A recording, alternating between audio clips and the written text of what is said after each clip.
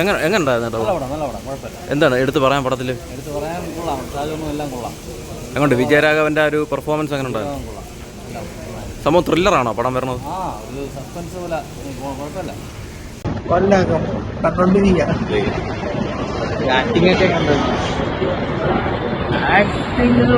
Spy മോഡലിലേക്ക് ആ ടൈപ്പിലുള്ള സിനിമ അല്ലേ ഇറങ്ങുന്നത്. അത് കണ്ടോണ്ടിരിക്കുക, കുഴപ്പമില്ല. അത് ഒരു ക്രൂസിലാവില്ല കറക്റ്റ്. നല്ല സിനിമയായിരുന്നു. ഔസേറ്റ് നല്ലൊരു സിനിമയായിരുന്നു. ഒരു ഫാമിലി എന്റർടൈനറായിരുന്നു. അതുപോലെ തന്നെയാണ് ദിലീഷ് പോത്തൻ സാറിന്റെ അഭിനയം വളരെ മനോഹരമായിരുന്നു.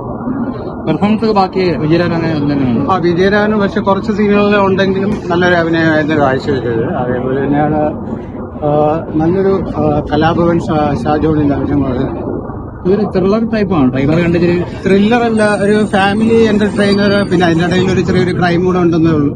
പക്ഷെ അതൊരു നല്ലൊരു മെസ്സേജാണ് സമൂഹത്തിന് സെൻഡ് ചെയ്യുന്നത്. പെർഫോമൻസ് ആരായിരിക്കും? ദിലീഷ് പോത്തനാണ് ഗുരുമാർ. എങ്ങോട്ട് വിജയരാഘവൻ സാറും മോശം. ഒരു ചെറിയ സിനിമയാണ്. പിന്നെ ഫസ്റ്റ് ഹാഫ് വരെ ഒരു കുഴപ്പമില്ല. പിന്നെ അത് കഴിയുമ്പോൾ ബോറിംഗ് ആയിട്ട് തോന്നും. പക്ഷെ ഒരു വലിയ ബഹളമൊന്നും ഇല്ലാത്ത ഒരു ചെറിയൊരു. പിന്നെ ദിലീഷ് പോത്തനും ഷാജോനും പുള്ളി രണ്ടുപേരും നന്നായിട്ട് പെർഫോം ചെയ്തു. ഒരു ത്രില്ലർ പോലെയൊക്കെ ഉണ്ടാക്കാൻ ശ്രമിച്ചു, പക്ഷെ അതൊന്നും കേട്ടിട്ടില്ല. ഇത് ഈ സിനിമ വലിയ മുതൽ മുടക്കൊന്നും ഇല്ലാത്ത ചെറിയൊരു സിനിമ.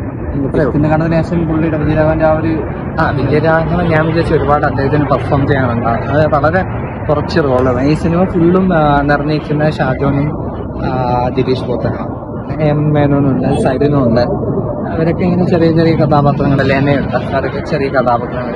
ചെറിയത് ഇത് പക്ഷെ നമുക്കൊരു ആ സിനിമ ഒരു നമുക്ക് ഇത് ഫസ്റ്റ് ഹാഫിന് ശേഷം ഭയങ്കര ബോറിംഗ് ആയി. പറയുമ്പോൾ ഒരു ക്രൈം നടക്കും, പക്ഷെ ആ ക്രൈം എന്താണെന്ന് നമുക്ക് പ്രേക്ഷകർക്ക് കിട്ടും.